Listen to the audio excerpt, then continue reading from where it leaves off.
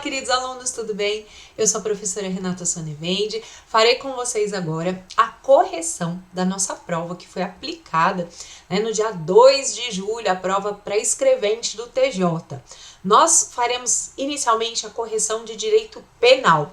Vamos dar uma olhadinha aqui nessas questões. Deixa eu colocar aqui para vocês. Bom, já adianto a vocês que foi uma prova, vamos dizer assim, na média, nós tivemos bastante questões com a literalidade da lei, apenas uma questão utilizando aqui doutrina, ok? Vamos lá, vamos uma por uma dar uma olhadinha, bem objetivo. A falsificação de selo destinado a controle tributário configura crime de... Gente, não podemos esquecer, se o selo é voltado à arrecadação de dinheiro, quando a gente fala de dinheiro, nós estamos diante do quê? De papéis públicos. Por isso, o gabarito da 25, nessa versão da prova, falsificação de papéis públicos. Se não me engano, a versão que nós estamos usando é a versão 1, ok? Aqui, só o fundamento, olha, 293, sem problemas, falsificar, fabricando, alterando, selo destinado ao controle tributário. Então, nessa questão, a banca seguiu exatamente o que está na lei, não cabe recurso.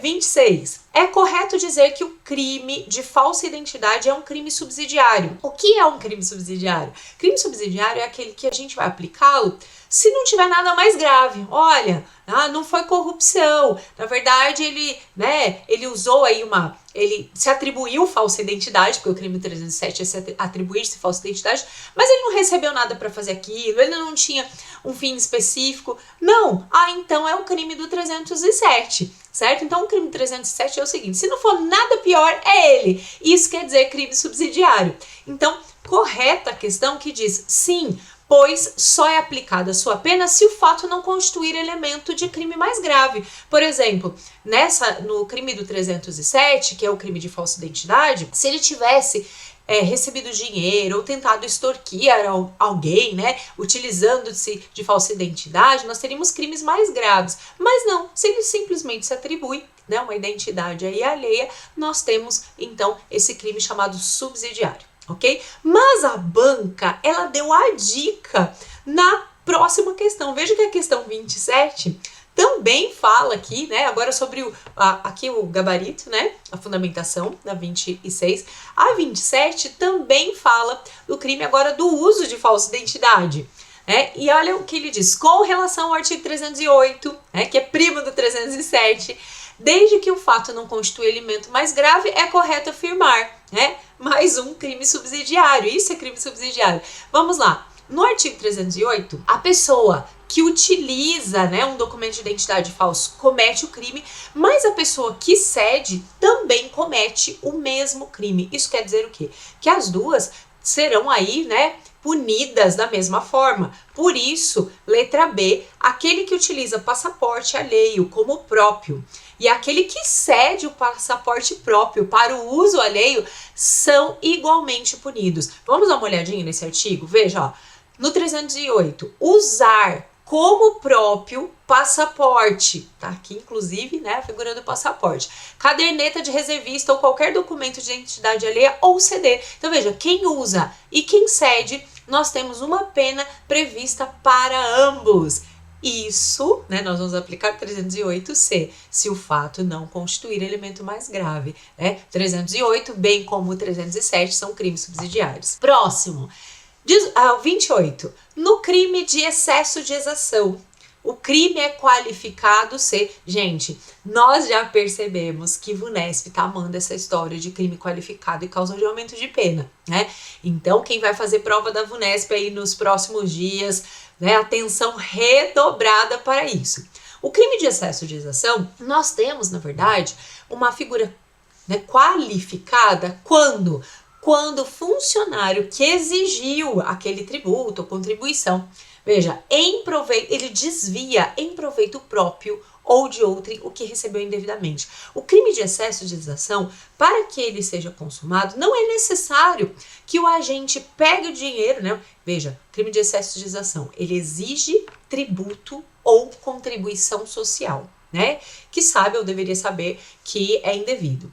ele exigiu aquilo. Ainda que ele recolha para os cofres públicos, tem crime de excesso de exação. Mas se ele recolher para o próprio bolso, ou então, né, para o de alguém ali, né, querendo beneficiar alguém, nós temos, veja, o parágrafo 2º. O parágrafo 2º se trata claramente de uma modalidade qualificada do crime de excesso de exação. Veja, é muito importante, né? A gente sempre ressalta isso. A gente evidenciar a diferença de um crime qualificado, da causa de aumento de pena. Aqui é um crime qualificado. Por que é um crime qualificado? Porque o crime de excesso de exação, né, na sua origem, ele tem reclusão de 3 a 8 anos e multa. Já no parágrafo 2º, nós vamos ter a pena máxima, né, alterada para mais, veja, 12 anos. Em que pese que a pena mínima tenha sido alterada para menos, a pena máxima, nós temos a possibilidade dessa pessoa ser punida com uma pena máxima realmente mais severa, ok? Quando nós temos isso, olha, uma pena máxima mais severa no mesmo tipo penal, nós vamos ter uma modalidade qualificada. Portanto, letra E, nosso gabarito, né, conforme aí a literalidade do artigo 314. 29. O crime do artigo 337 do CP, que é o crime contra a fé pública, né, tem como objeto material, ou seja, coisa que sofre a ação criminosa, livro oficial, processo ou documento confiado à custódia de funcionário em razão de ofício ou de particular em serviço. Então ele trouxe aqui, né, parte do artigo do caput do artigo 337. É correto afirmar que o crime está configurado se o objeto material for totalmente inutilizado. Veja, não há necessidade que o objeto seja totalmente inutilizado. Há aqui também, né, o crime quando o objeto, né, o documento, o processo, for parcialmente inutilizado. Então, errada A. B. Houver subtração, não se configurando em caso de inutilização. Veja, o crime é de subtração ou inutilização. Então, os verbos, né, subtrair ou inutilizar, né? Por isso que direito penal é verbo, gente. A gente não pode esquecer isso. Então, errado. Houver inutilização, não se configurando no caso de subtração. Veja, temos dois verbos, subtrair e inutilizar. D. O autor da ação criminosa for funcionário público, não se configurando se o autor não ostentar essa condição. A subtração, o artigo 337, ele está onde?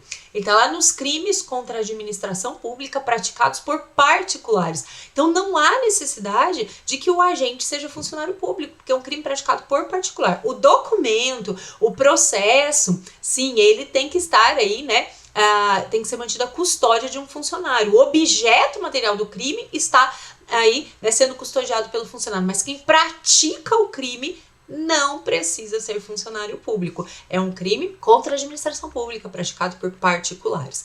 E a letra E, né? Houver subtração ou inutilização, sejam elas totais ou parciais. Este é o nosso gabarito. Letra E, vamos dar uma olhadinha no tipo penal. Olha, subtrair ou inutilizar, temos os dois verbos, total ou parcialmente. Então, pode ser uma, né, inutilização total, uma inutilização parcial, nós vamos ter crime. Livro oficial, processo ou documento confiado à custódia de funcionário público. Este aí é o nosso gabarito, então ficamos com a letra E. Última questão, aquele que se acusa perante a autoridade de crime inexistente, essa aqui, né, a banca deu um presente aí para os concurseiros, questão muito objetiva, gente, o crime de autoacusação, né? Aquele que se acusa de crime que ele é praticado por outrem ou inexistente, pratica autoacusação. Eu sempre falo nas aulas que é uma coisa que a gente não entende muito, né? Por que uma pessoa vai se autoacusar de um crime inexistente? Porque o crime de autoacusação, a pessoa pode se autoacusar de um crime praticado por outrem, esse a gente até consegue entender, às vezes para proteger alguém ou para ganhar aí,